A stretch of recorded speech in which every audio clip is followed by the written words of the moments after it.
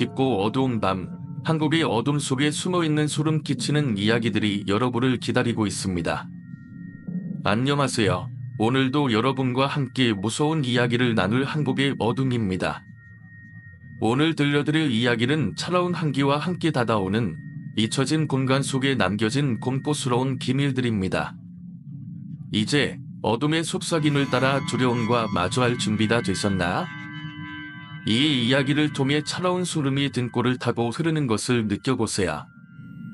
밥을 먹고 나면 3분 내로 꼭 남치러야 하는 나에게 있을 수가 없는, 아니 있어서는 안 될 그런 일이다. 언젠가는 내 땀 냄새가 격하게 느껴질 때가 있었다.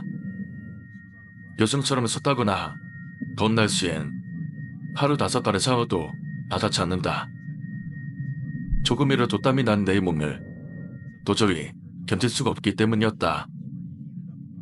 향기 가득 단 샴푸와 바디크림으로 내 몸 구석구석 각각 닦아내지 않으면 도저히 그 냄새가 지워지질 않는다. 반면 그때 이륵씨가 내게 줬던 그 걷기는 감이 참 좋았다.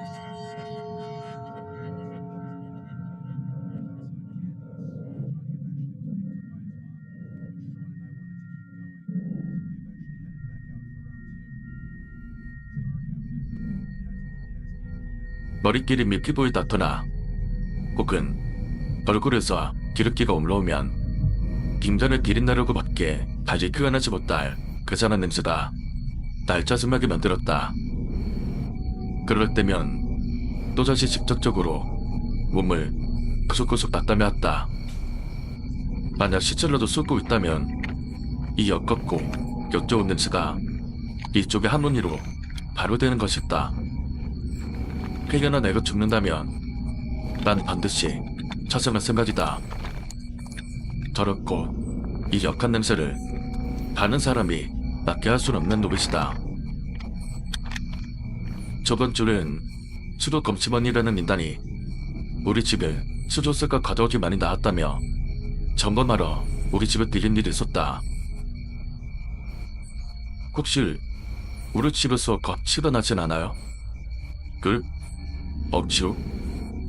글쎄요, 좀 심한 비염이 있어서 그런가? 전 잘 모르겠는데요. 그래요? 이상한 냄새가 자꾸 나서 저도 모르게 물을 많이 쓰는 것 같아요. 제가 약간 자격증이 있거든요. 혼자서 쓰는 물이 술물이 하고 아닌 것 같은데 혹시 따로 물을 사용하는 전자제품이냐? 그런 물 없죠? 그런 물 없는데요. 여러분을 알겠습니다. 저를 따른 이상한 부분은 보이시던데요. 지도를 대충 한 바퀴 둘러보고는 배감 타입드나 딱히 그런 부분에서 문제가 드러나지 않자 그는 나에게 노를 바뀌어 쓰려고 말했다. 멍청한다. 치료세가 많이 나오는 건 그냥 단순히 물을 많이 쓰기 때문인데 정말 멍청한 사람 같다. 가끔 지나가다가 마주치는 꾀릭씨 머리에서 나는 샴푸 냄새는 머리다 어지러울 정도 참 지루웠다.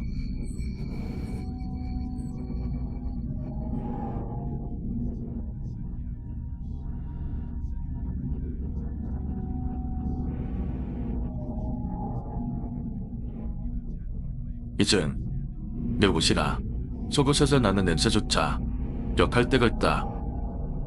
하루에 5번을 샤워하는 데다 샤워 때마다 속옷을 그렇게 갈았는데도 은근히 냄새가 남아있는 이유를 모르겠다. 몸을 깨끗이 닦았으면 당연히 듬음을 닿는 느리도 냄새가 나지 않아야 하는 일인데 참 이해할 수 없는 일이다. 오늘은 가스 검침원이라는 인간이 우리 집에 들렀는데 가스를 새는 것인지 이상한 냄새가 난다냐. 재단에서 한참이나 서성거렸다. 그럼 그렇지. 나만 느끼는 악취가 아니었다. 청달초 인간은 악취의 원인을 찾지 못한 데다 가스비도 닦지 많이 나오질 않자 고개를 갸우뚱하네야 그냥 돌아갔다.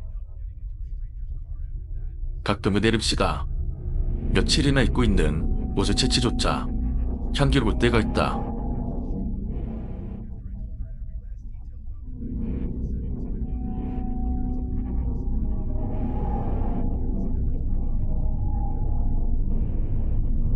박쥐가 도저히 사라지질 않자 방에 있던 향수대 몇 개 들여 바닥에 뿌렸다. 코가 맹맹할 정도로 강한 냄새에 드디어 박쥐로 뱉어의 해방이라 생각하며 해방담에 젖었었다. 그러나 채 10분도 되지 않아 박쥐는 향수의 향기와 뒤섞여 향기롭고 역겸 더욱 기괴한 냄새로 변질되었다. 그러듯다 나흘이 지나자 관리사무소에서 전화가 왔다. 우리 집에서 이상한 냄새가 난다는. 바로 옆집에 신고 전화했다. 그래서 난 그 악취가 우리 집이 아닌 이웃집 다른 신내에서 나는 냄새인 것 같다고 괴로 화냈다. 아무리 생각해도 우리 집에선 악취가 날 이유가 없기 때문이다. 혜림씨가 겨울철 자주 입는 코트에 저저렁이 뿔뿔이 코를 따놓고 볼쪽이 킁킁대고 싶다.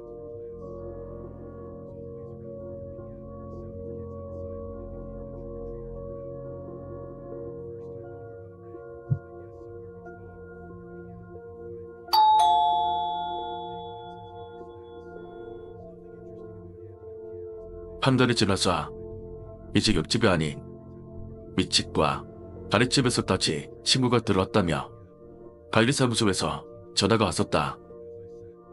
오늘쪽으로 우리 집에 강제로 방문할 것이며 방문을 거부할 경우 경찰을 대동할 것이라는 최울통첩에 간접발속 전화였다.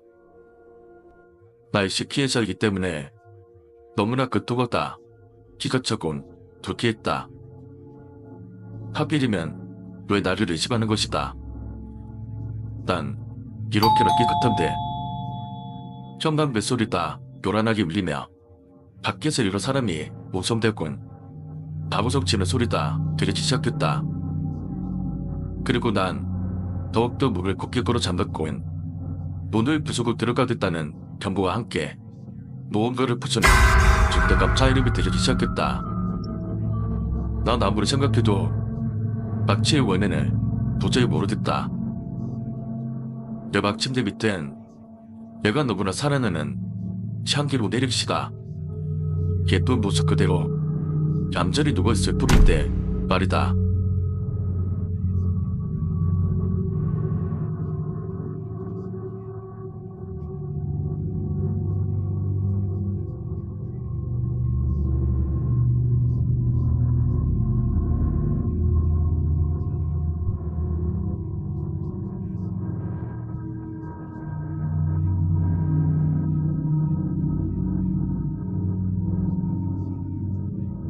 가족도 함께하는 마지막 식사. 내 아내 세라와는 아름다운 신년의 생활을 함께했다. 항상 아내에게 당신 없인 어떻게 살지 모르겠다고 말하면 아내 역시 같은 생각이라고 대답해줬다. 우리가 서로 사랑하는 방식은 하나의 마음을 가진 사람이 행동하는 것처럼 항상 같았다. 이는 아내 세라와 함께 서부 뭉친 두 아이들을 키우나서 또 분명해졌다. 언제나 우리 집은 웃음이 떨리지 않았다. 그래서 내가 암 편명을 다졌을 때 애들에게 알리지 않았다. 영 말기입니다. 의사는 그렇게 말했다. 내 나이 30대에 말기암 환자라 믿을 수 없었다. 병원 침대에서 천천히 다스려져 가는 것 대신 남의 시간을 집에서 보내기로 했다. 집에서라면 내가 느끼는 이 어둠을 따뜻하게 감싸 안아줄 수 있으니까.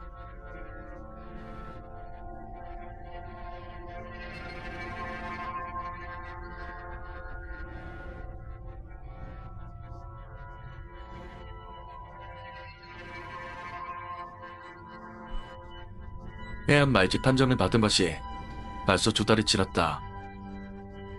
슬슬 끝이 보이는 것 같다. 두려워진다. 내 호흡이 힘들고 모든 움직임은 안간힘을 써야만 한다. 거실에서 여본놀이 하던 아이들이 말하기를 요즘 내가 아따 보인단다. 그러면서 자지들이 처먹해주는 찼던 약과 함께 물을 수시로 마셔주면 좋아질 거라고 말해줬다.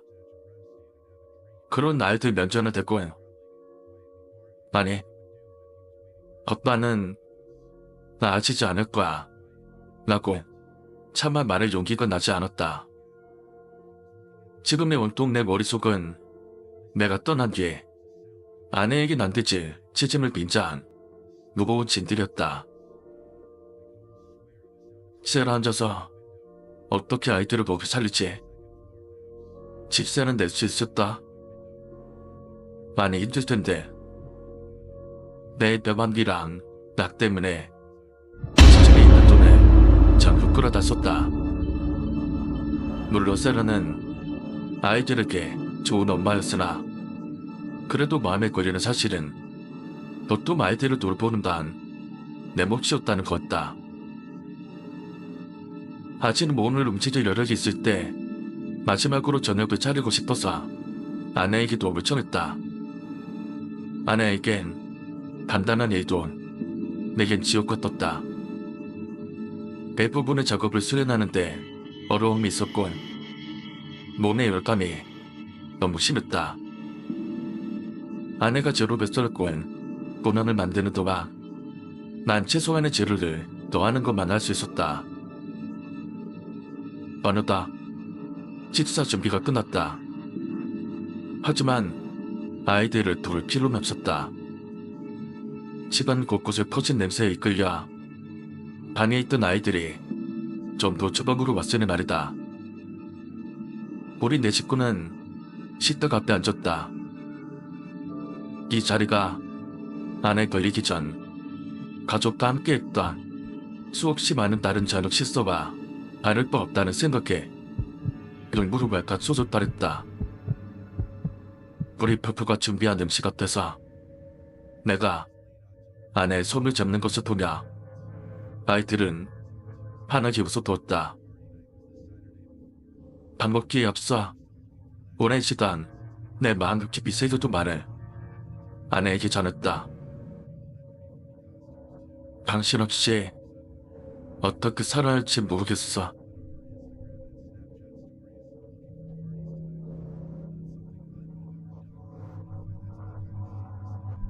아무것도 모르는 아내다. 나도 마찬가지야. 나는 아내의 말을 듣자 그래도 좋은 삶을 살았고 비록 내가 옳은 결정을 내렸다는 것을 알았다. 가족들이 내가 준비한 마지막 식사를 즐기는 것을 보며 반찬에 낳은 도토리물이 충분하기만을 말했다.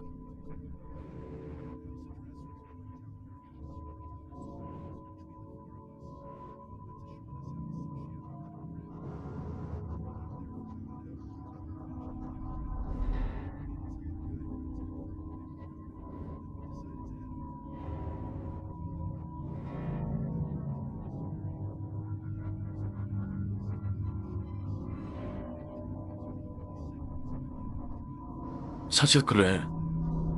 처음부터 그래도 건 아닌데 이제 철을 들고 생각이 깊어지니까 커다로워졌다고 해야 할까? 기천이 엄격해졌다고 해야 할까?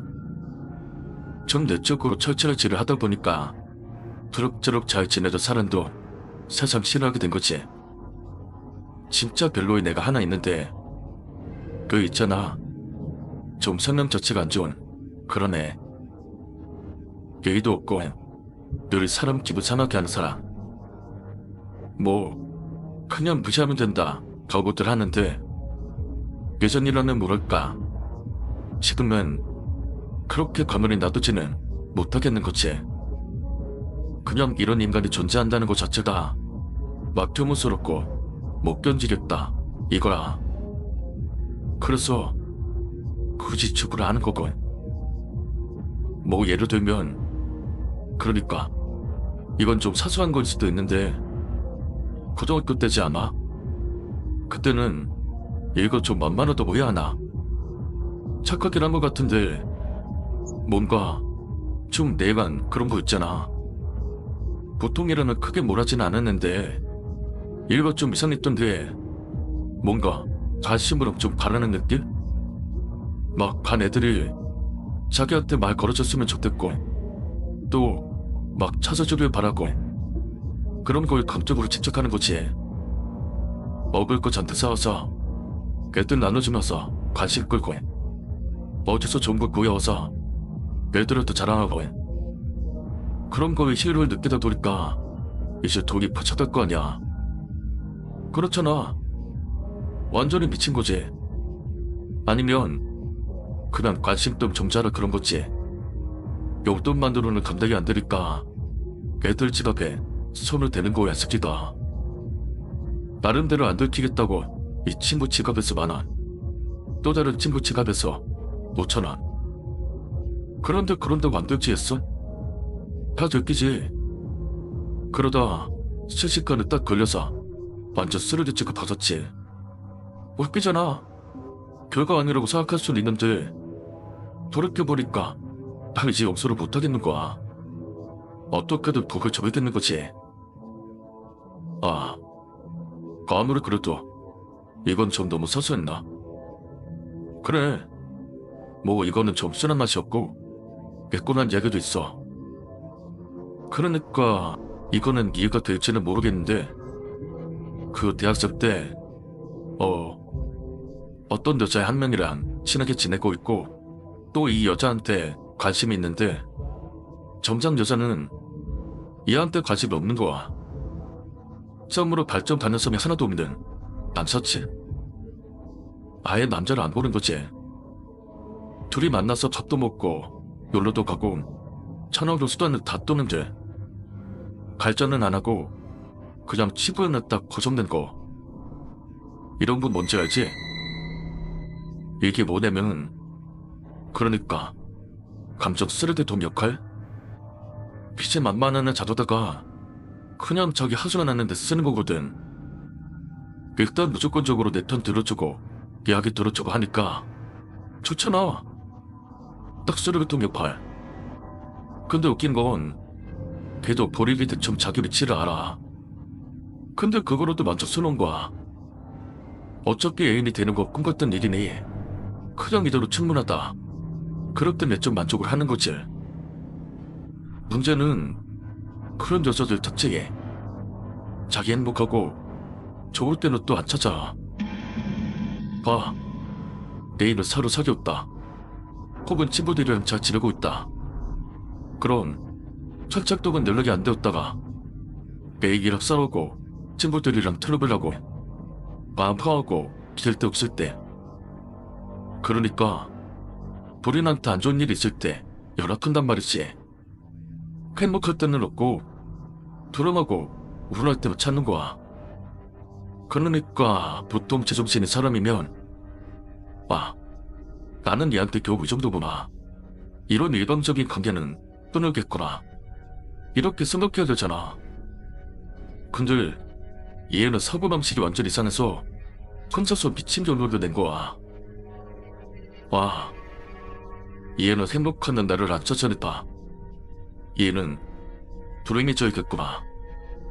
그래서 걔 인간관계가 문제 생기길 바라면서 막 은근히 수학질하는 거야.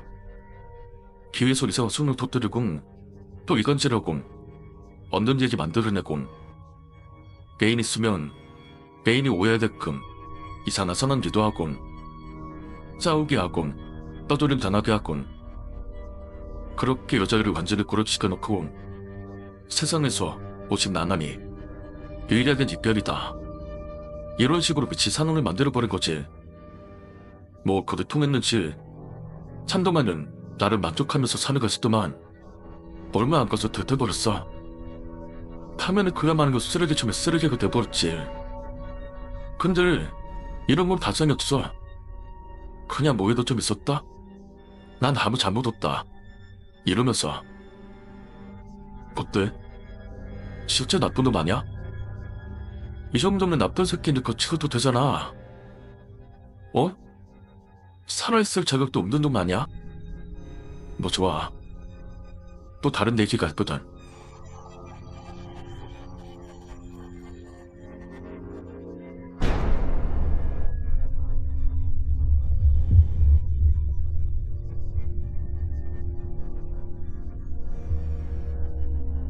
대학 졸업하고 공부하러 고시원에 살 때쯤인데 그때 이놈은 이제 완전 자신감 없는 상태였거든. 무슨 대지냐면 일단 부모님 눈치도 보이고 또 많은 노수만은 없으니까 공무원 시험 준비한다 치고 용돈 찾으면서 고시원에 갔단 말이지. 근데 사실 본인은 공부해서 시험에 붙을 자신이 없는 거야. 자기가 그렇게 열심히 공부하는 놈도 아닌 것 같고 또 공부 좀 한다고 붙을 머리도 아닌 것 같고 그렇게 맨날 시험이나 쳐지고 돌이라 까먹으면서 놀러 다니는 거지. PC방이고 만화방이고 돌아다니면서 그것도 모자라서 천장 보면 재미없다고 멀쩡히 공부하는 다른 고시생들까지 꼬셔졌지. 일단 밥 먹고 하자. 공부도 밥은 먹어야 될 거 아냐. 내가 살 테니 가자. 그렇게 부근에서는 밤과 한탄, PC방 1시간. 이렇게 계속 꼬셔져서 밤 공부까지 잠이 하는 거야. 이 미치 새끼가. 돈 떨어지면 또 부모님한테 징징거려서 용돈 따고 그것도 모자라서 실적들을 뜻까지 손 돌리고 그렇게 2년 3년 시간만 지르고 있으니까 부모님도 이건 아니다 싶은 거지.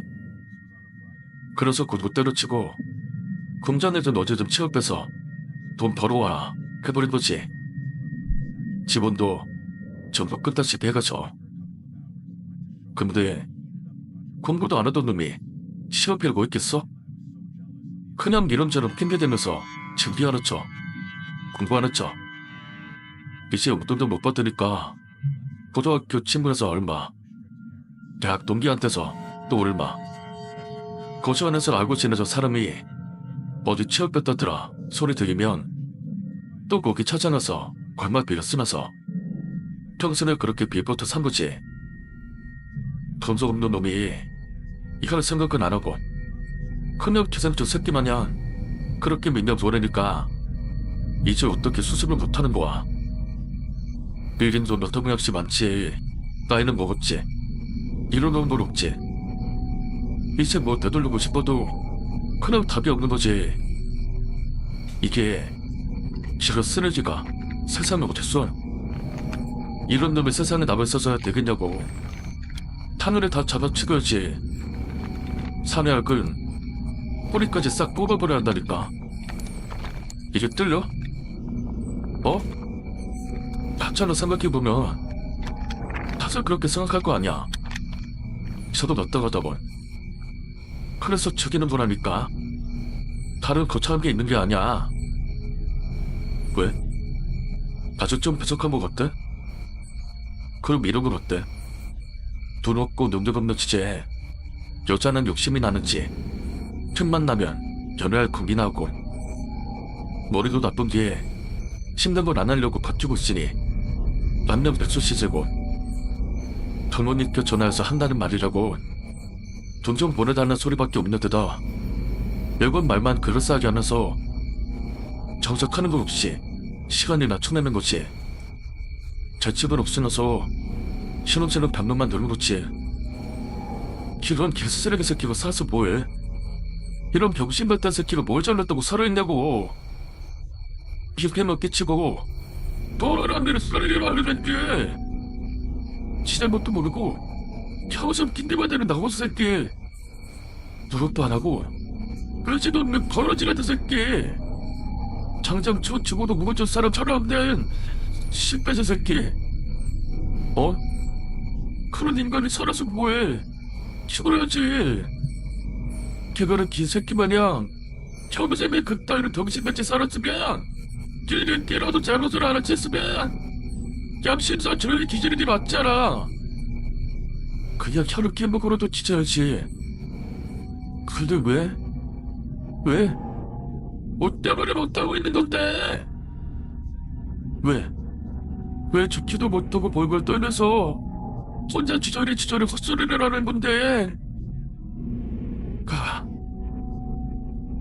그냥 끼어내리면 돼. 그래.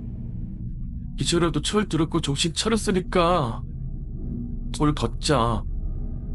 이제 와서는 도저히 수습이 안 되니까 그냥 다음을 기약하자. 다 싫잖아. 내가 용서가 안 되잖아. 당장 내일도 버틸 자신이 없잖아. 뭐? 지금까지 한 번도 내 신부가 뭘 산 적 없으니까 이번 한 번만, 딱 한 발자국만 앞으로 가보자. 딱 한 발자국만.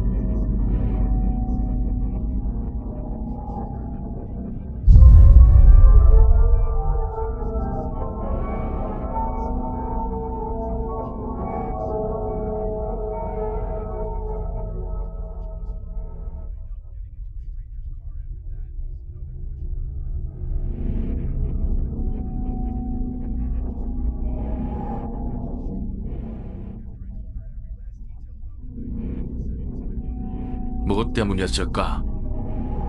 그녀는 왜 자살했을까? 혼은 안 되지만은 아무것도 아닌 전치였단 말인다. 아직도 마지막으로 남기고 간 그녀의 신발을 이렇게 안고 있는데 말이다.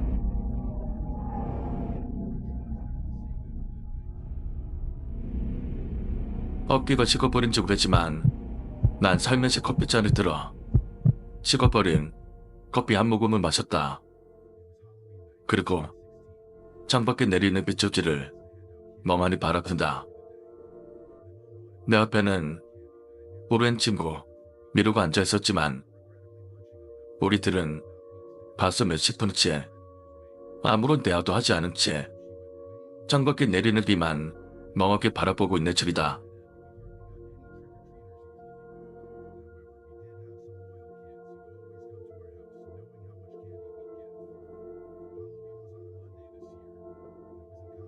지훈아, 오랜 시간 동안의 침묵을 깨어끈 미룬 녀석이 입을 열었다. 하지만 나는 녀석의 목소리를 듣는 순간 느낄 수 있었다. 분명 그녀에 대한 이야기를 하려는 것은. 진우야, 너는 내가 무슨 이야기를 할지 잘 알고 있지? 또 민지 얘기야? 뭐? 녀석은 언제나 그랬다. 그녀의 이야기가 나올 때쯤이면 목소리가 떨렸다. 물론 녀석의 마음을 이해 못하는 건 아니다. 이미 이 세상에 없는 자신이 예전에 사랑했던 그 여자의 이야기를 하는 남자의 마음이 얼마나 힘들다는 것쯤은 잘 알고 있었기 때문이다.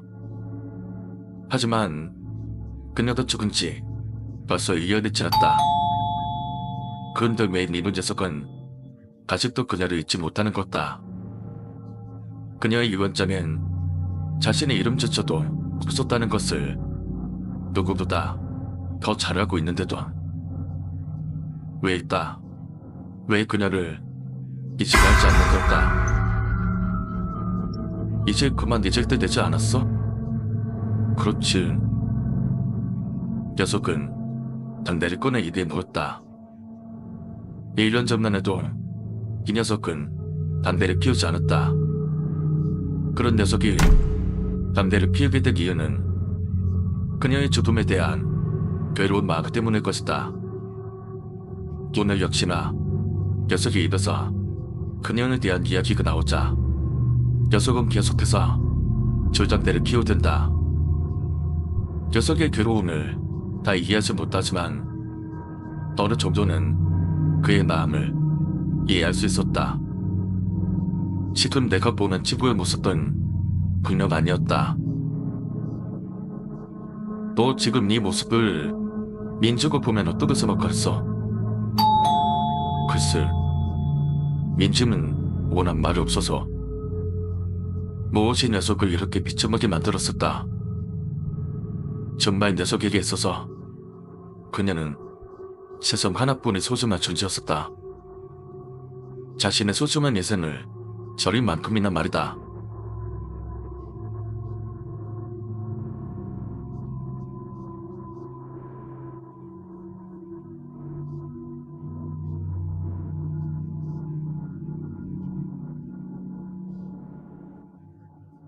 진우라, 말했잖아. 너한테만큼은 꼭 털어놓고 싶어. 뭘? 넌 귀신을 믿어? 무슨 소리야? 뜬금없는 소리였다. 자양카르게 있었다. 뭐라고 진우라? 갑자기 뭐 귀신 타령이야. 그리고 지금 이상하면 귀신 얘기가 중요한 거야? 어쩌면 나에게 있어서 자자도 중요한 거야. 그러는 거 여튼 날 귀신 같은 안 믿어. 세상에 귀신이 어딨냐? 그치? 그렇게 생각해? 간단한 거 아니야? 내 눈으로 직접 보지도 않았는데 그 존재는 어떻게 믿냐? 평생 동안 살아오면서 귀신을 본 적도 만난 적도 없었다. 찬정 정도는 몇 번 들은 적이 있긴 했지만 직접적으로 귀신을 보인 적은 없었기 때문에 단호히 말할 수 있었다. 그런 건 존재하지 않는다. 그렇구나. 근데 난 봤어. 무슨 소리야? 지금 민주가 나한테 나타나. 지금 이 상황에서 어떠한 답변이 도움이 될까? 죽은 사람이 나타났다는 것은 귀신을 봤다는 이야기인데 이걸 믿을 수 없다는 게 지금의 내 심정이다. 무슨 소리야 그게? 자세히 이야기해볼래? 이미 녀석은 제정신이 아니라는 것을 충분히 알고 있었다. 하지만 인간은 호기심의 동물이다. 그렇기에 지금 민호가 하려는 이야기는 동물적인 본능으로 봤을 때 나의 호기심을 자극하기에는 충분한 소지였다. 너도 알고 있지? 모은 민주가 마지막으로 남긴 유품 말이야. 그 빨간 구두 말하는 거야? 민주 빨간색 구두. 민호가 말하는 빨간색의 구두는 그녀가 마지막으로 남긴 유품이었다. 너도 그 구두 때문인 것 같아. 왜? 그 구두가 어째서? 모르겠어. 구두를 가지고 있을 때부터 민주가 계속해서 나한테 나타나. 따뜻한 껍데 안에 있었음에도 녀석의 이야기를 듣는 순간 소름이 돋아났다. 죽어있는 사람이 살아있는 사람을 찾아온다는다. 그것은 옛 추억의 감회가 아닌 공포였다. 민주를 봤단 말이야? 근데 살아있을 때 모습이 아니야. 그럼 민주가 빌딩에서 떨어져 죽었을 때 그때 그 모습 그대로 내가 나타나고 있어. 떨어져 죽어있는 모습 말이야?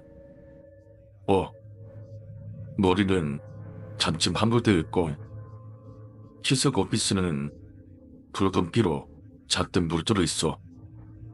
또 민주의 몸에서 갈 수 없는 내성 같은 것들이 튀어나와 있고 죽었던 사람이 산 사람에게 멀쩡히 나타난다 하더라도 엄청난 공포를 가지게 될 것이다. 그런데 죽어 있을 때의 모습으로 나타난다면 상상조차 하기 싫었다. 지금도 민주가 나타나? 아니, 이젠 나타나지 않아. 그럼 다행이네. 아니, 그렇지 않아. 무슨 소리야. 난 민주를 지지부로 살아냈다고 생각했는데 그게 아니었나 봐. 또다시 여섯이 알 수 없는 말들. 비록 생김새는 처참했는데 분명 민주는 내가 세상에서 가장 사랑했었던 민주였어. 내 목숨을 바칠 수 있을 만큼이나 사랑했었던 말이야. 나로서는 이해할 수 없는 녀석의 말. 하지만 녀석은 마지막 말을 다 하지 못한 채 눈물을 흘리고 있다. 비록 녀석과는 오랜 친구였지만 지금 이 상황에 어떠한 위로도 해줄 수 없었다. 녀석의 이야기는 현실과 너무나 동떨어져 있었기 때문에. 미은, 이제 거봐야겠어. 한참 동안 울적해진 녀석은 나에게 젖들을 거했다. 그런 녀석의 모습에 녀석의 마음을 편안하게 해주고 싶은 마음도 있었지만 지금은 어떠한 것으로도 녀석을 괴로울 수 없으니 그냥 말없이 그를 보낼 수밖에 없었다. 하지만 그렇게 녀석을 떠나보낸 게 내 인생에 가장 큰 후회가 될 줄은 상상도 하지 못했었다.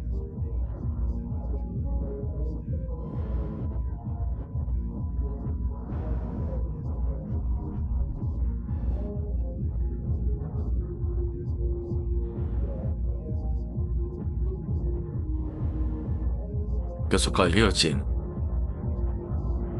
일주일이 지난 뒤 받게 된 충격적인 전화 한 통. 수화기 너머로는 민우 어머니의 목소리다. 들렸다. 같이 떨리는 목소리도. 민우가 죽었던다. 순간 모든 시간이 멈춰진 듯했다. 내 머릿속엔 그저 밍밍거리는 소리만 들려올 뿐. 그렇게 떠나는 친구의 마지막 긴 모습을 보았다. 그런데 너무나 이상한 사실은 녀석 역시 자살을 택했다는 것이다. 자신의 방에서 목을 매단 채 인간으로서 마지막 비상구를 할 수 있는 다신 돌아갈 수 없는 길을 택한 것이다. 녀석의 잠드십을 끝마친 뒤 민우의 방에 들어서 녀석이 얼마 되지 않은 옷바지 탭을 챙겼다. 그때였다. 누군가 날 쳐다보고 있다는 것을 느끼는 순간을. 난 다급히 주위를 둘러봤다. 누군가의 시선이 둥근 느껴지지만 이 방에는 나 혼자였다. 마치 싸늘한 느낌이 몰아친다. 그리고 그 싸늘함은 날 골부에 몰아넣는다. 나 외에는 아무것도 보이지 않는 쓸쓸한 금단. 그곳엔 나 혼자만이 존재했다. 그리고 내 시야에 비춰지는 사진들. 그녀와 녀석이 함께 찍은 사진. 그리고 녀석과 내가 함께 찍은 사진. 난 그 사진들을 바라보며 잠시 동안 내 치록에 잠겼을 무렵 내 딸에 모험과 부딪히는 느낌이 들었다. 심달. 덜거세게 내 발에 부딪힌 것은 덜거세게 다나였다. 분명 알 수 있었다. 민지 역시나 나에게는 아주 오래된 친구였기에 그녀가 가장 좋아하는 붓을 분명 그녀의 마지막 유품일 것이다. 그런데 그래, 다시 느껴지는 싸늘한 기운. 급히 고개를 돌렸다. 끔기에서 느껴지는 섬뜩한 기운. 그렇게 바라본 곳은 평생 살아보면서 한 번도 느끼지 없었던 궁극의 근터다. 불몸을 뒤덮었다. 떨리는 내 입술은 아무 말을 할 수 없었다. 죽은 사람과의 만남. 그것도 영화에서나 볼 법다. 처참한 그녀의 모습. 난 떨리는 가슴을 진정시키며 말했다. 넌 작았어. 그러니까 여기 있으면 안 돼. 근데 그녀의 옆에는 민우가 이는 녀석도 그녀의 옆에서 날 지켜보고 있었다. 목까지 내려온 긴 젖버섯을 내밀며 쾌한 눈초리로 날 바라보는 민우의 모습. 날 서서히 뒤돌아쳤었다. 이곳에서 벗어나고 싶었다. 그렇게 한 걸음씩 겨우 무릎에 다가서는 순간 더웠다. 그녀와 녀석의 모습은 그로 표정을 없었지만 매우 행복한 모습인 것 같았다. 그렇게 난 그곳에서 벗어날 수 있었군. 시간이 흐를수록 공포는 점점 내 머릿속에 사고로 들어갔다.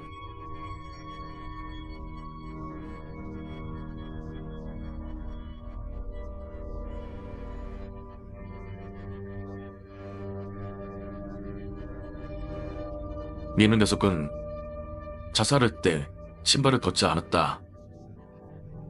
왜였을까? 녀석은 왜 신발을 벗지 않았었군?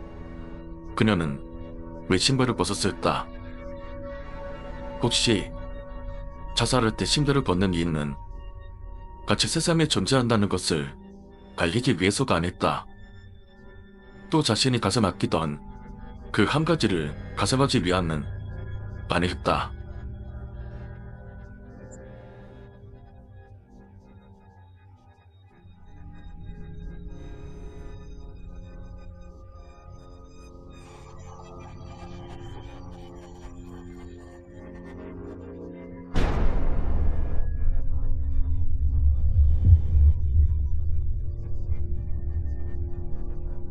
오늘 이야기는 제가 실제로 겪었던 이야기입니다.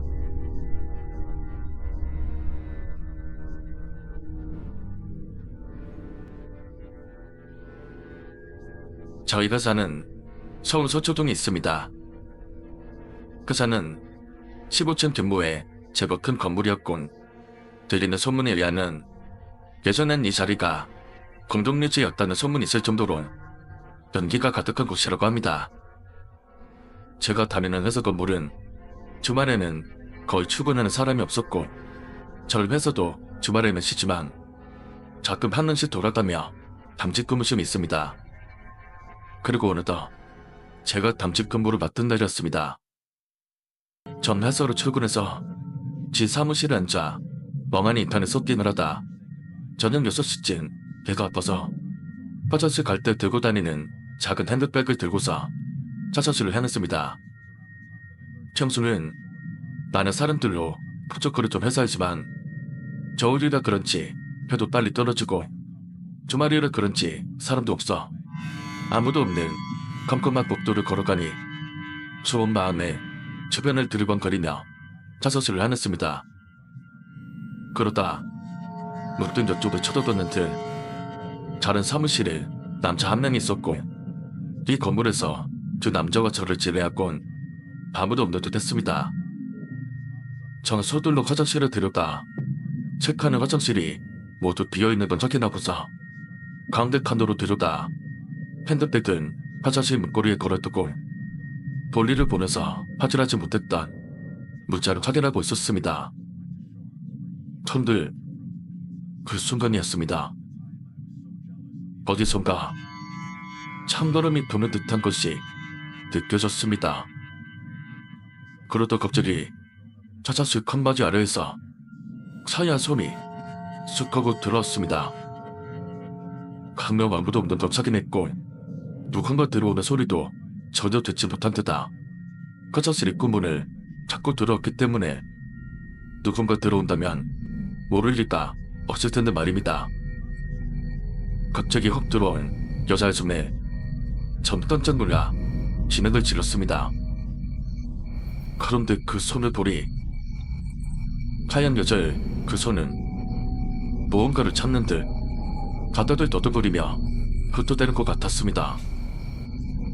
전 무섭고 당황스러웠지만 혹시나 역할에 사람이 없었던 곳으로 적극 내쫓겠습니다.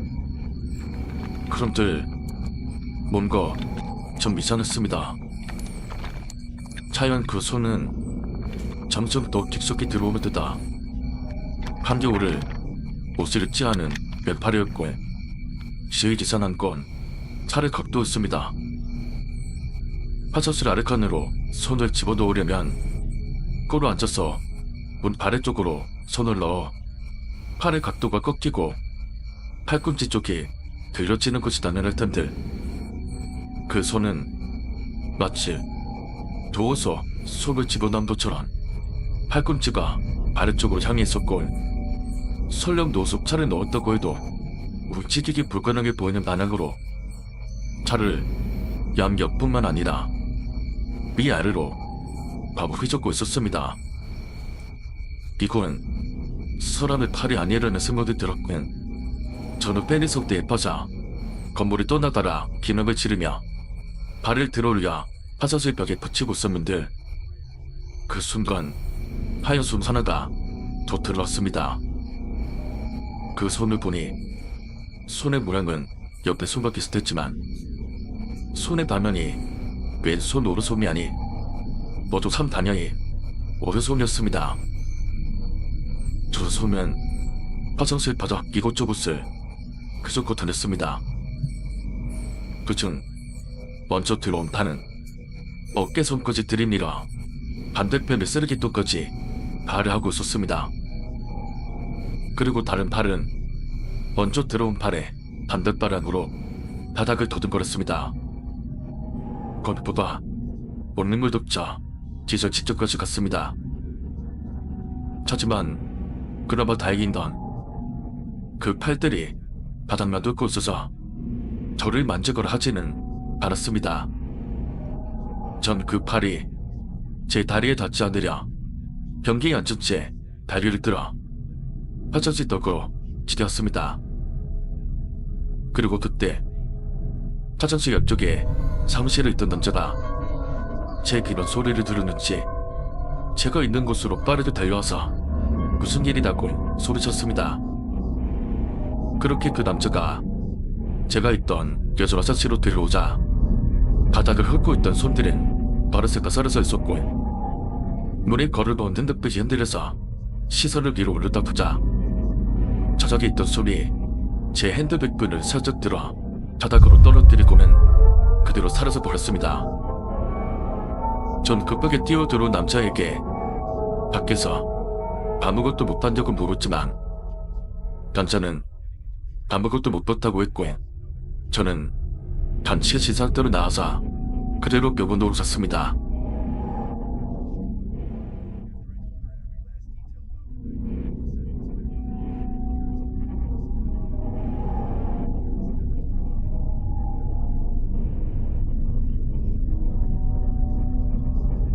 그 일이 있었던 뒤 제 소문은 회사에 터졌습니다. 그로 인해서 한동안 회사가 시끌시끌해졌습니다. 덕분에 여직원들은 그 화장실에 혼자 못하고 두 명이서 짝을 맞추어 다니곤 했습니다.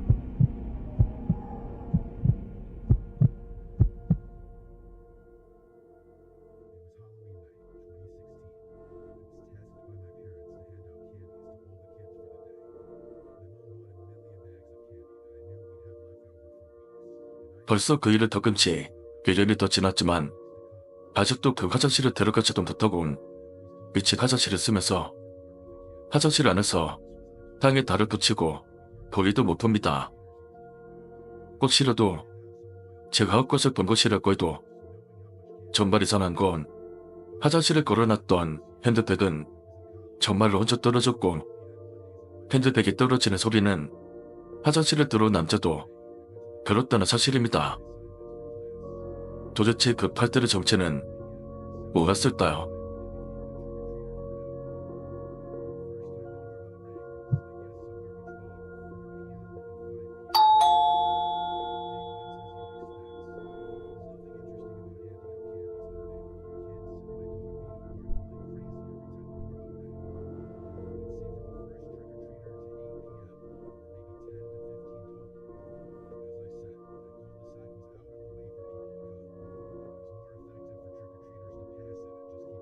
전에 근무하던 회사 거래처에 영업부에서 일하는 Y씨라는 사람이 있었다.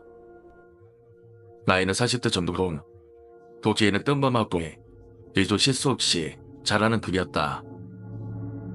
다만 그에게 특이한 것이 하나 있었는데 언제나 손목시계 아래에 손목바대를 차고 다녔다는 점이다. 그의 렌탈은 목욕달보다 조금 길었다. 처음 그를 만날 때부터 렌탈이 길다는 점이 신경 쓰였지만 신체적인 특징이니만큼 굳이 물어보지 않았었다. 그러다 그 이유를 듣게 된 것은 그와 함께 일하고 몇 년이 지난 후였다. 한 프로젝트를 마치곤 우리 회사와 Y씨네 회사는 합동으로 회식을 가지게 된 적이 있었다. 마침 내 자리는 Y씨 옆이었는데 업무 이야기나 잡담으로 이야기 꽃을 피우며 즐거운 시간을 보내던 중이었다. Y씨는 나보다 한참 나이가 많은 분이었지만 쳤다라곤 좋은 분인데다 사석에서도 무척 말을 잘하셨다. 그렇게 약 1시간가량 주부리 밖으로 술잔이 오가는데 우연하게 Y씨의 손목바대가 좀 늘어져서 그 아래가 슬쩍 부었다. 내 표현력이 서투른 탓에 잘 표현을 못하겠지만 뭐라 말하지 어려운 혀도 봤었다. 그의 손목엔 켈로이드처럼 조금 앞으로 올라와 있었지만 화상하고는 또 달랐다. Y씨, 그 흉터는 괜찮으세요? 술이 들어간 탓에 난 무심코 무신경한 화제를 기대 올리고 말았다. 이 점촉? 이거? 그거 아니여. Y씨는 아무렇지 않은 듯 아대를 고쳐매더니 오오하게 말을 흐린 뒤 그대는 입을 다물었다. 천둥의 침묵이 계속되자 내가 실언을 했다는 데 느껴져서 순식간에 치기가 달아났다. 쓸데없는 질문에서 죄송합니다. 난 그에게 마음 깊이 사과했다. 그러다 손목을 쓰다듬고 있던 Y씨는 갑자기 입을 열었다. 너 귀신 이야기 같은 거 믿어? 끝밖의 질문이었다. 갑작스러운 질문을 담아냈지만 난 이렇게 대답했다. 오히려 좋아하는 편입니다. 전 혼자서 골프해보도 자주 보고요. 골프 소설도 많이 봐요. 그러자 Y씨는 손목 아래 3차의 이유를 풀어넣기 시작했다.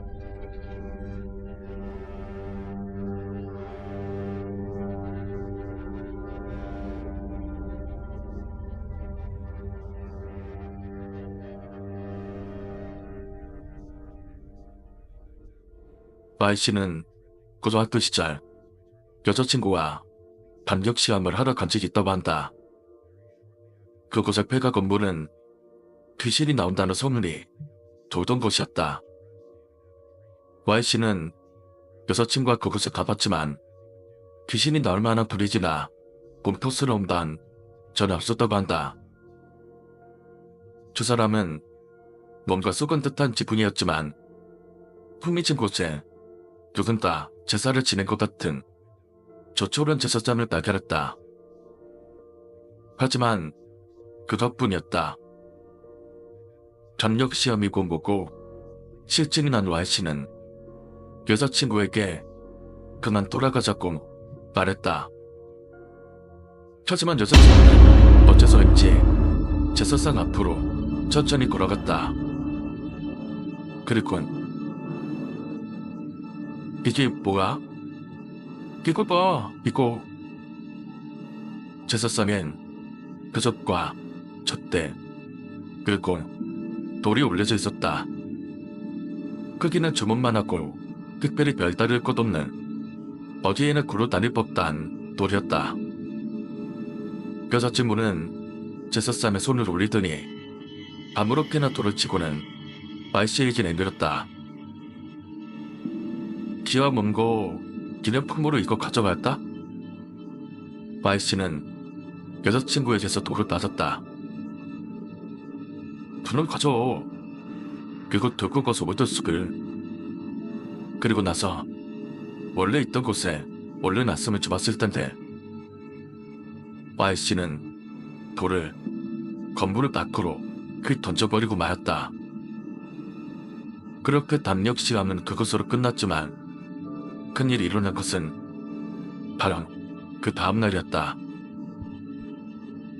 전차를 타고 또박또박 Y씨는 그래도 평소처럼 여자친구로 만났던 두 사람은 전철이 오기만을 기다리고 있었다. 근데 그 약품에 들어서자 여자친구의 상태는 어쩐지 이상해 보였다. 술에 취한 것 마냥 비틀거리며 점점이라도 쓰러질 것 같았다. 뭐지 안 좋아? 컨디션은 안 좋아 보이는데? 걱정하는 Y씨의 물음에도 여자친구는 괜찮다고만 대답할 뿐이었다. 하지만 걸음걸이는 여전히 비틀거리고 있었다. 그러다 그만 몸에 근육을 잃더니 산로로 떨어질 것 같은 모습이었다. 괴험했다. 다급히 Y씨는 왼손으로 여자친구의 탈을 차단해서 떨어지려던 것을 겨우 막아냈다.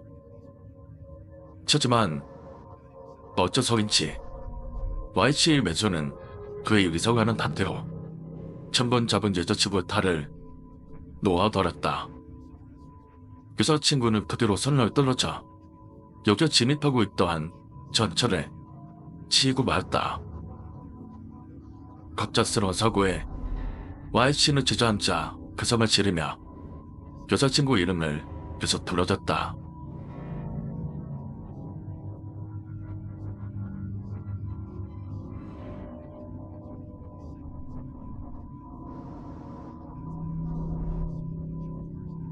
프레임 중 다행으로 집안 사람들은 Y씨가 여자친구를 도우려 했다곤 집어난 덕분에 사건은 불행한 사고로 처리되었다. 하지만 Y씨는 가난 자책단에 휩싸일 수밖에 없었다. 그러다 이변이 일어난 것은 여자친구가 세상을 떠나곤 일주일이 지난 밤이었다. 침대에 누워 잠을 접어든 Y씨는 심한 숨막힘에 눈을 떴다. 그는 호흡을 가다듬으며 주변을 둘러봤지만 이상한 것은 아무것도 없었다. 자식은 옆으로 누워 자려 했지만 또다시 숨이 막혀 잠에서 깨고 말았다. 마치 누군가 자신의 목을 꽉 조르는 듯한 느낌이었다. 참을 수 없게 된 Y씨는 밤을 새야겠다 싶어서 세수원으로 화장실로 향했다. 그리고 거울을 보고는 소름이 끼쳐 순식간에 걸어붙고 말았다. 그의 목엔 누군가 손으로 접은 듯한 붉은 손자국이 상록과 듯 남아있었다. 그는 컴퓨터 답으로 놓아다 불을 켜봤지. 이불을 뒤집어쓰곤 발발 떨었다. 하지만 그럼에도 불구하고 계속해서 주름을 쏟아줬다.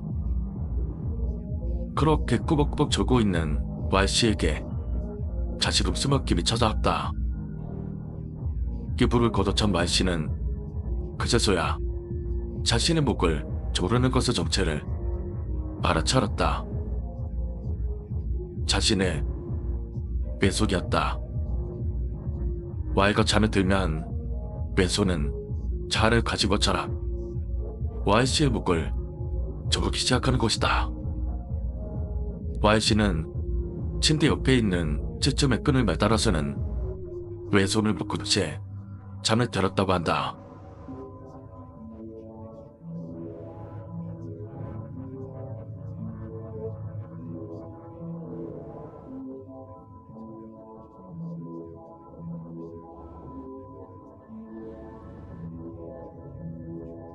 그날이 있고 나서부터 잘 때는 꼭 왼손을 바꿔서 적고 있음.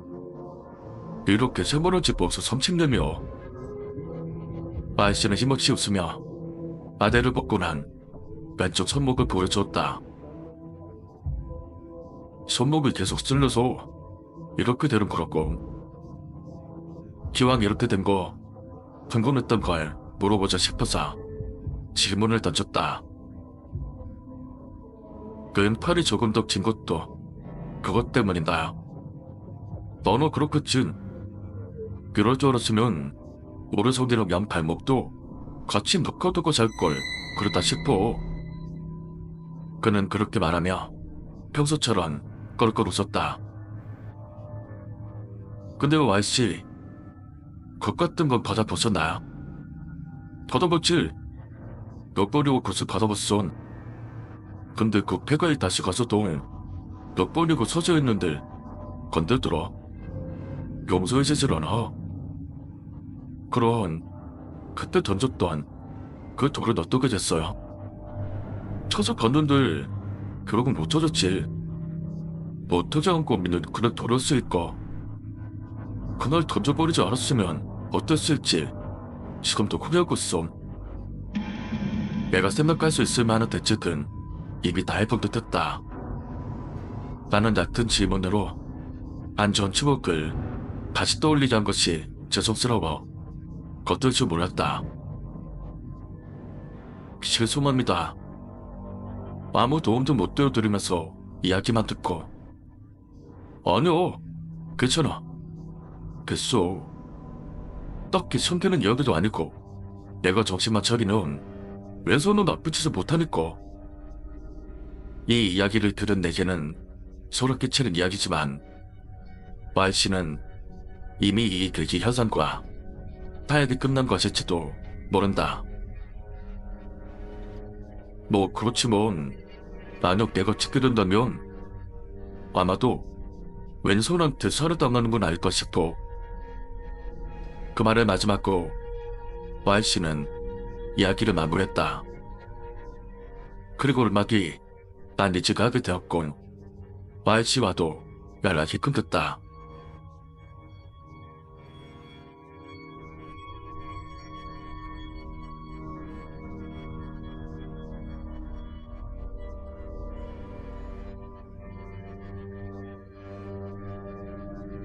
벌써 10년 전 이야기다. Y씨가 살아 계신다면 지금은 천국을 바라볼 나이일 것이다. 그리고 방방 아직까지도 왼손을 묶어두고 자다 계시겠지.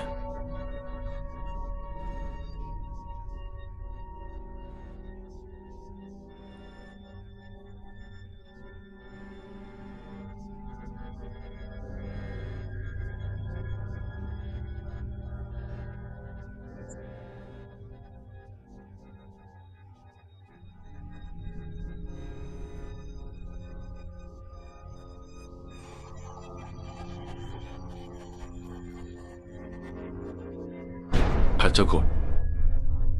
그 검은 것이 보이는 나는 어김없이 기가 내렸다. 아니, 그 반대일지도 모른다. 기가 내려 발자국이 나타나는 건지다. 실체도 없이 내 눈으로만 보이는 그것은 기가 그치면 짐 따랐듯 사라졌다. 어떨 땐 편의점, 또 어떨 땐 8차선 도매 한무단, 또 어떨 땐 으슥한 골목길이 나타났고 그 끝은 항상 조금이 따랐다.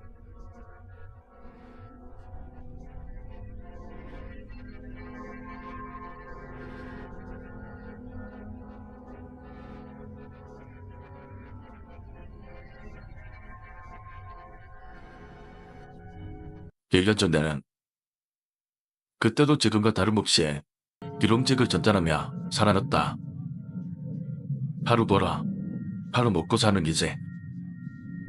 돔다리라는 핑계로 함께 일하던 인부들과 삼겹살에 술을 마시며 관아하듯 취했던다. 고꾸라질 듯한 몸으로 집을 향해서 떠벅떠벅 걷고 있는데 갑자기 하늘에서 비가 쏟아지기 시작했다. 우산도 없이 내리는 비를 맞다더니 치키가 조금 가시는 듯했다. 그러다 집이 가까워졌을 때 난 그것과 마주쳤다. 처음엔 사람인 줄 알았다. 모자가 달린 비옷에 검은 잔나를 신은 채 긴도를 등지고 차도에 바짝 펴서 있었다. 마치 그 모습은 밑으로 보였기 때문에 나도 모르게 말을 걸었다. 저기 찾길에서 미안하게 뭐하세요? 올라와서요 얼른. 하지만 그것은 이 정도 하지 않았다. 순간 머쓱해진 나는 그것을 다가다 어깨에 손을 옮겼다. 저기요, 괜찮으신 거 맞죠? 그런데 그 순간 그것은 희식하는 소리를 내며 발작하듯 몸소리를 젖혔다. 그리곤 비옷의 모자를 누겨 쓰고는 치키 구명진 얼굴을 돌려 날 바라봤다. 이건 뭘까? 눈에 흰자위가 없는 검은 잉크가 담긴 듯한 새카만 눈동자가 날 똑바로 날아왔다. 그리고 다음 순간 난 나도 모르는 사이 몸을 돌려 날아나가고 있었다. 그것이 손을 뻗어 날 잡을 채를 한 것을 눈으로 보지 않고도 충분히 느낄 수 있었다. 난 다급한 마음에 낀 거를 믿고라 바닥을 구르고 말았다. 그리곤 바닥을 기다시피 일어나 재빨리 뒤를 돌아봤을 때 다행히 그것의 모습은 보이지 않았다. 어디로 온 거 사라진 것인지 며칠을 내가 헛것을 본 것인지 확실할 수 없었다.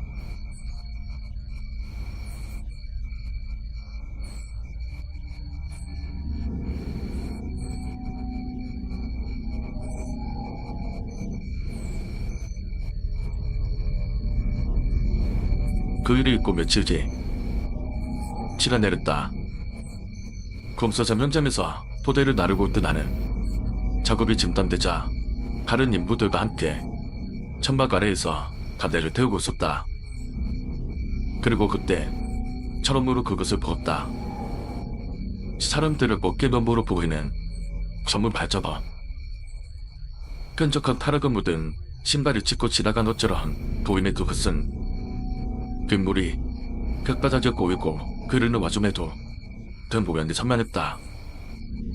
발자국은 검사 차량이 오가는 도로를 통과해서 검사가 한참인 건물의 입구로 향했었다. 반장님, 저기 발자국, 저거 벽대조를 닦아야 하는 거 아니에요? 담배를 태우던 반장에게 말했지만 반장은 내 손가락에 가리키는 방향을 보면서 말했다. 발자국? 무슨 발자국? 발자국 안 보이십니까? 전날 아침 인부들은 현장 출입국 근처에 모여서 뭉청대고 있었다.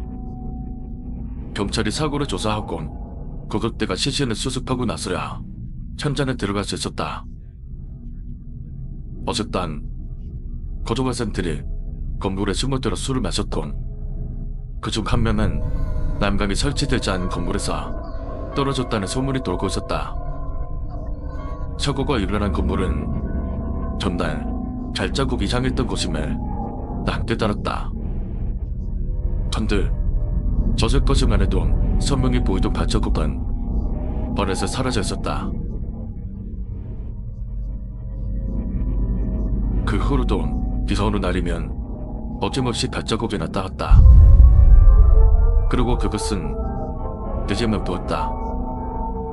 발자국은 원룸 건물을 빼치켜 있었을 땐 그곳에 살던 30대 남자가 자살했곤, 차고가 잦은 교차로의 발자국이 찍혔을 땐 신호를 위반한 기껏 운전자가 트럭에 딸려 사망했다. 그리고 오늘 아침 연락사무소에 가려져 나는 그 자리에 주저앉고 말았다.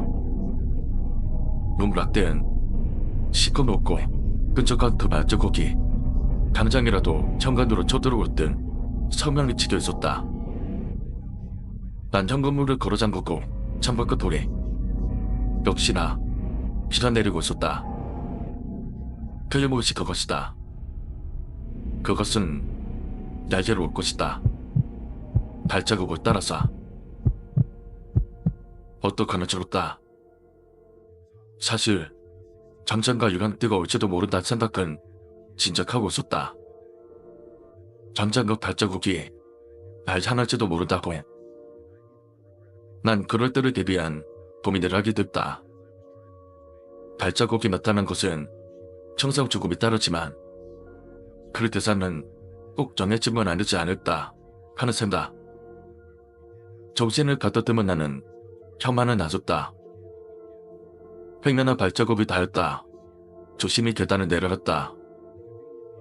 발자국이 짙은 곳에서 반함 죽음을 기다릴 수는 없었다. 비가 그쳐 발자국이 사라지면 그러면 모종겠다. 걷던 일이 될지도 모른다. 하지만 그것만으로는 부족했다. 아마 발자국의 주인인 그가 지난 여름 마주쳤던 거무준 채 별 새까만 눈동자가 조금을 그리 쉽게 포기할 것 같지 않다는 무서운 생각이 들었다.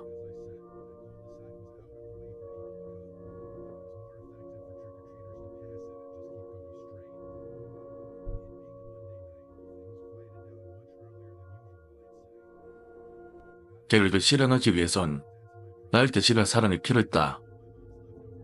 700폰에 저장된 연락처를 훑었지만 딱히 연락을 취할 사람이 없었다. 대학을 졸업한 이후로 친구들과 연락을 끊었더니 부모님과 친동생 역시 마찬가지였다. 방사장 현장에서 마주치는 인부들과도 연락처를 주고받는 경우는 없었다. 그러다가 난 문득 지난 여름부터 전혀 미쳐지지 않는 에어컨을 떠올렸다. 그리고는 스마트폰으로 에어컨 소리라고 검색해 수리업체에 전화를 걸었다.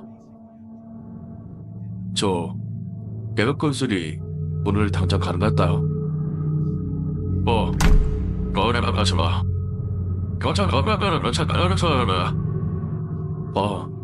지금 실은 환자인들 내일 아침에 퇴원이라서 집에 가면 며칠을 누워있어야 하는데 에어컨 없이는 돈은 얼마든지 드릴 테니까 오늘도 늦게라도 거짓일 수 없을까? 난 수화기에 대고 사전했다. 나도 모르게 거짓말이 술술 나왔다. 그러자 수화기 넘어의 남자는 잠시 머뭇거리더니 말했다. 술을 알아서 하죠. 사자 말씀을 빼는 알았어요. 감사합니다. 죄송하고 비밀번호는 문자로 보내놓겠습니다. 꼭도 부탁드립니다. 전화를 끊은 나는 침대에 털썩 주저앉았다. 내 의사님 맞다면, 그리고 계획이 틀어지지 않는다면 오늘 딴 발자국의 끝에는 에어컨 기사가 있을 것이다. 그리고 발자국이 지인 그 검은 것은 수리지사의 생명을 취할 것이다.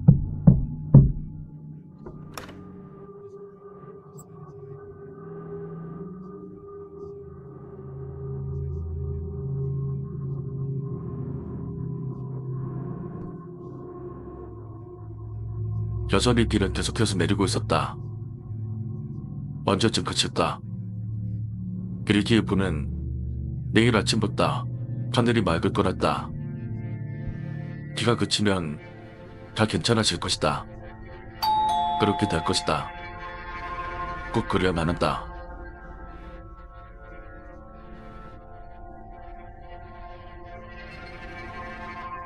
새벽이 다돼도 수리기사에게 연락이 오지 않았다. 수리를 마쳤었다. 설마 수리하기 전에 그것이 찾아와봤다. 아니면 수리를 하다가 난 수리기사에게 확인 전화라도 해보려는 듯다. 낫지 않았다. 억지로 제 외점이 보기도 했지만 도저히 잠이 오지 않아서 뜬 눈으로 밤을 새웠다. 그러다 연미어 모자않을 것 같은 아침의 하터에 창가에 햇빛이 비쳐들었다. 난 저 집세를 거리고 나섰다. 내가 살고 있는 원룸 근처의 바닥을 살피면서 천천히 걸었다. 귀가 그친 덕에 검은 발자국은 어찌해도 보지 않았다. 건물 입구에도 계단에도 발자국은 보이지 않았다. 하지만 두려움은 가시지 않았다. 현관을 열기 두려웠다. 내 예상과 계획이 맞아 떨어진 거라면 단 안에는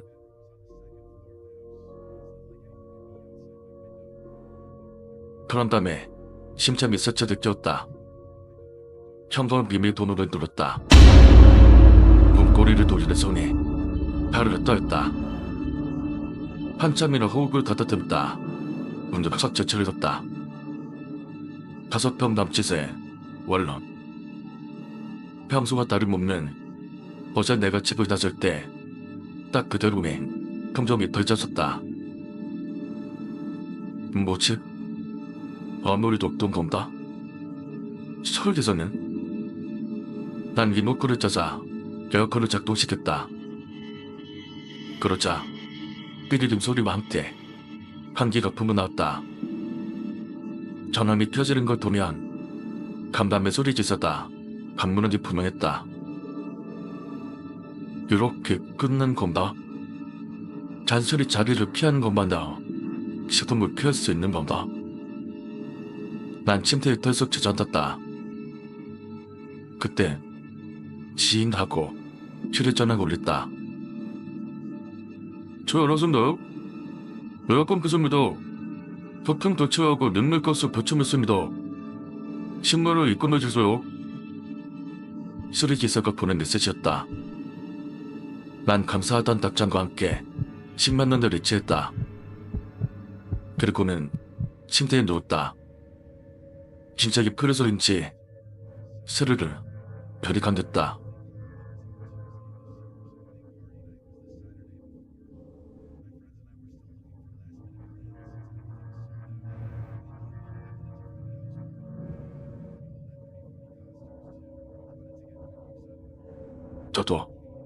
저도 잔들을 들려오는 소리에 눈을 떴다. 땀으로 잠이 든 모양이었다.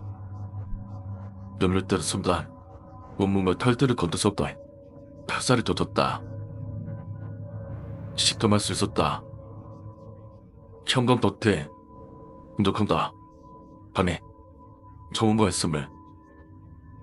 토독토독 하는 소리는 점점 커졌다. 귓더물이 창문을 두드리는 소리였다. 도대체 이 악몽에서 건전쩍 벗어날 수 있었다.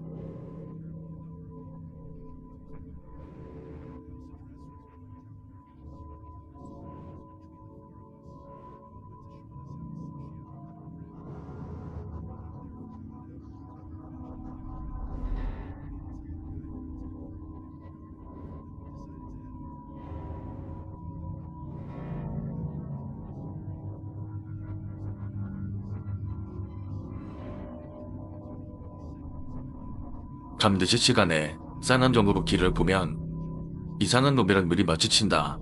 뭐 그런 이야기가 있잖아. 근데 이건 싸난 점이라는 좀 다른 건데, 감시 카메라의 모니터를 보면 차는 넘어 있는 놈이랑 눈이 마주치는 거 의외로 많은 거 알아? 누구라도 경험 있을 거라 생각하는데, 편의점 같은 데서 계산대에서 기다릴 때 문득 감시 카메라가 신경 쓰여서 오르다 본 적 있지? 그러면 그 순간에 카메라 넘어 카메라를 체크하는 놈이랑 눈이 마주치겠지. 이건 실제로 내가 겪은 이야기야.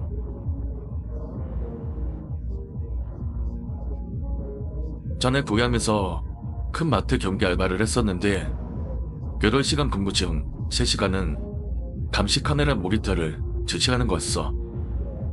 그 마트는 꽤 넓어서 카메라의 개수도 그만큼 많았지. 가게에 출입구, 계산대, 매대는 물론 최장실 앞대 통로까지. 뭐 어쨌든 마트 안에도 많은 카메라가 있어서 그 카메라의 영상은 10초마다 자료로 바뀌는데 그 모니터를 감시하는 거였지. 그날 나는 출근해서 신찰 경비랑 휴식 시간을 사이에 두고 지쳐진 벽돌을 정리하며 그 다음에는 퇴근할 때까지 모니터 감시를 했었지. 그때 시간은 저녁이었어. 장보러 오면 손님이 늘어날 때쯤이었지. 퇴근 시간 기다리면서 차능을 보다가 모니터 너머의 남자랑 눈이 마주쳤어. 그 남자는 비스트 정도 머리 늘어난 티셔츠에 반바지 차림. 딱 봐도 뭔가 이상한 느낌이 품어서 나오는 남자가 출입국 도금 카메라에 비쳤어. 처음에 썼던 것처럼 눈이 마주치는 것 자체는 뭐 드문 게 아니지. 하지만 모니터 창문 너머의 그 자식은 갑자기 어이 막 이러면서 카메라 쪽으로 손을 흔들어댔어. 나한테 이자라도 하는 것처럼. 난 속으로 멍청인가 하고 생각했지.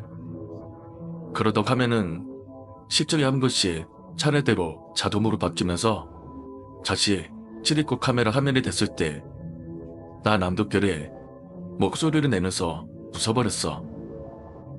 방금 전에 그 남자가 다시 또 어이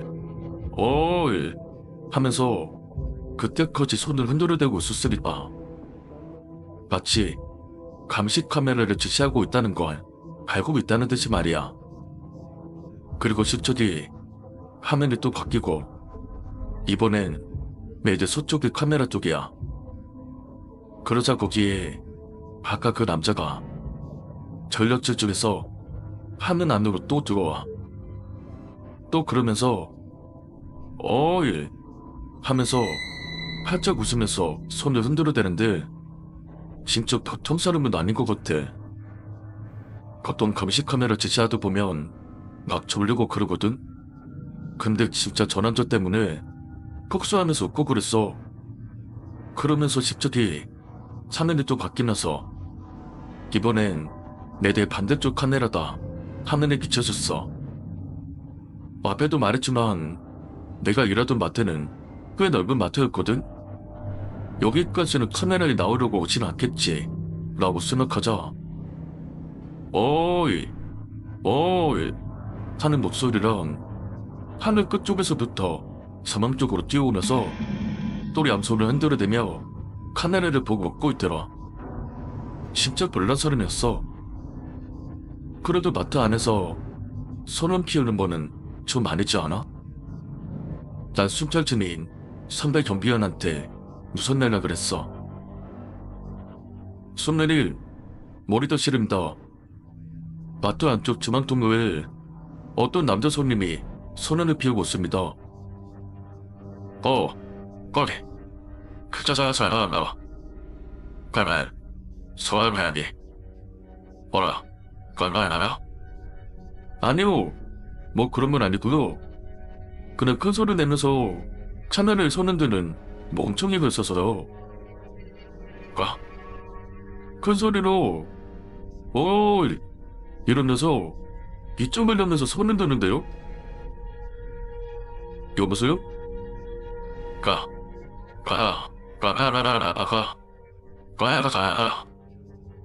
네? 왜요?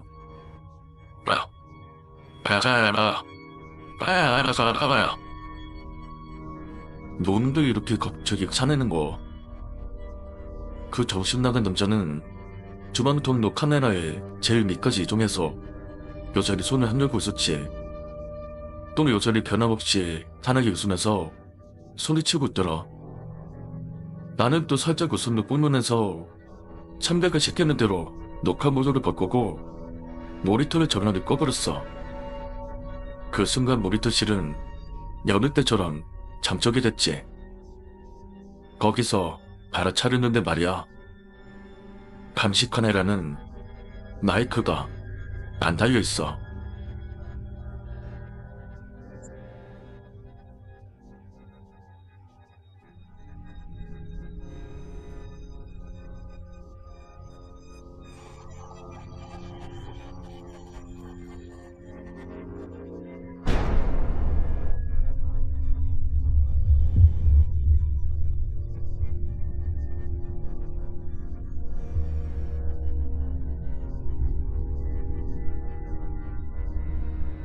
신입생일 때 겪은 이야기다.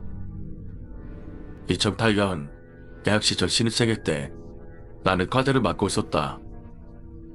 4살 터울 향해 조화를 듣고 선배들과 빨리 친해질 수 있다는 말에 난 선뜻 과제를 자치겠지만 틈만 나면 술자리에 불러내는 선배들.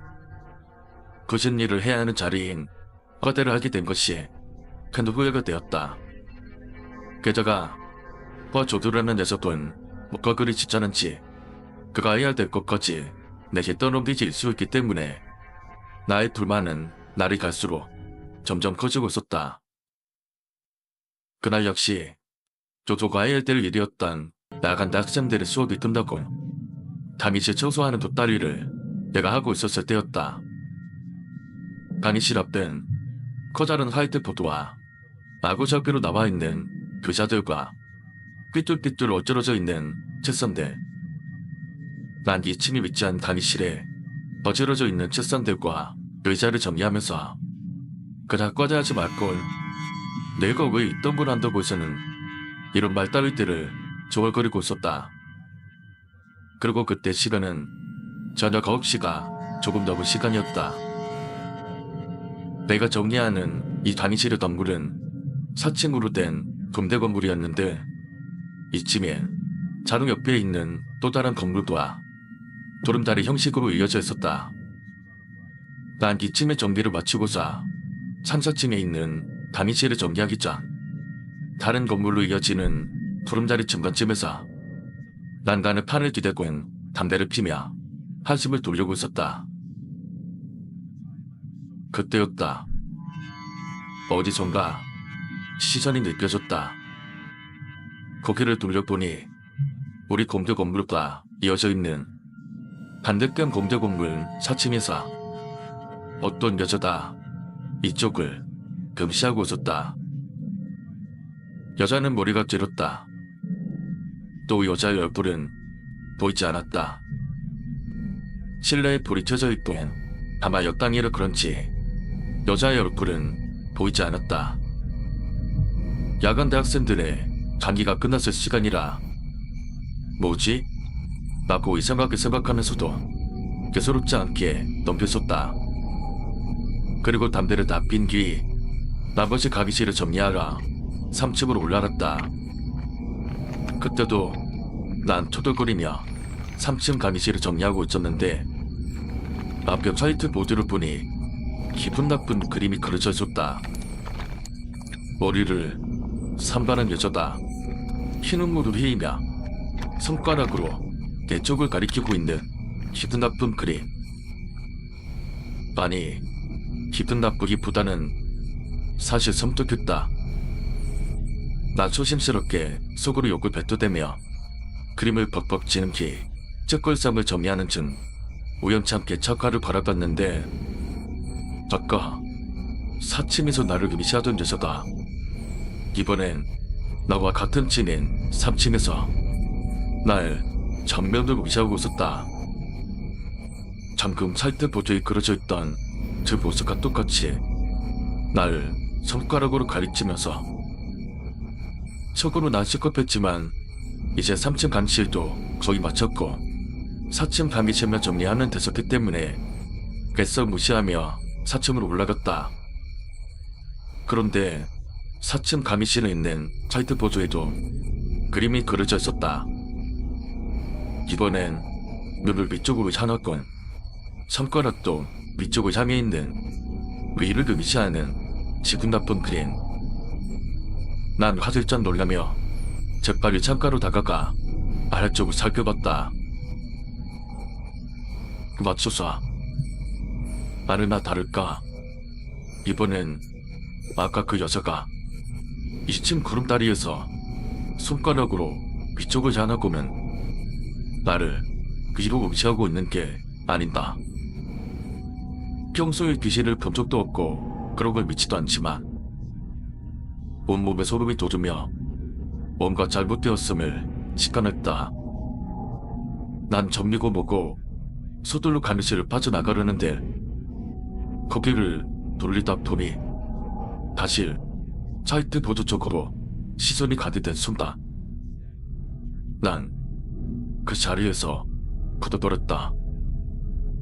그려져 있는 그림은 마치 뒤로 빨려나가듯 조금씩 희미해지더니 그대로 서늘지는 것이 아닌다.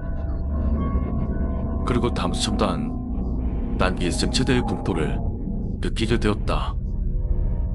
조금 전 여자의 그림이 사라진 화이트보드 뒤쪽으로 사람의 다리가 보였다. 강명, 이 건물에는 나 혼자일 텐데 그려져 있는 그림이 저 여자로 변한 것이었다. 그러다 천천히 움직이는 다리. 저도 신발도 신지 않은 창백한 맨발이 움직일 때마다 난 비명을 지르며 달아나고 싶었지만 보이지 않는 덫에 걸린 듯 움직일 생각을 하지 않았다. 뒤에 그 여자는 화이트보드에 가려져 있던 삼재가 보였다. 그려져 있던 그림과 같은 모습이다. 눈에선 시끄러운 피가 흐르며 식발손 눈동자와 산발한 머리, 또 흰오피스를 걸친 모습. 저와 밀이 마주치자 뚝 하고 걸으며 멈추더니 서서히 차를 보인다. 검시 입꼬리는 점점 올라가고 그려져 있던 모습과 같이 날 금시한 채 손가락으로 날 가리키고는 시시 걷고 있는 섬찟한 모습. 이제 이야기는 여기서 마무리됩니다. 이 이야기 여러분에게 어떤 감정을 남겼나요? 여러분의 생각과 추측을 댓글로 남겨 공유해주세요. 이 영상이 마음에 드셨다면 좋아요와 구독을 눌러주시고 친구들과 함께 공유해주시면 큰 힘이 됩니다. 여러분의 관심과 참여가 더 많은 소름 돋는 이야기를 만드는 데 큰 도움이 됩니다. 저는 한국의 어둠이었습니다. 다음에 더 무서운 이야기로 찾아뵙겠습니다.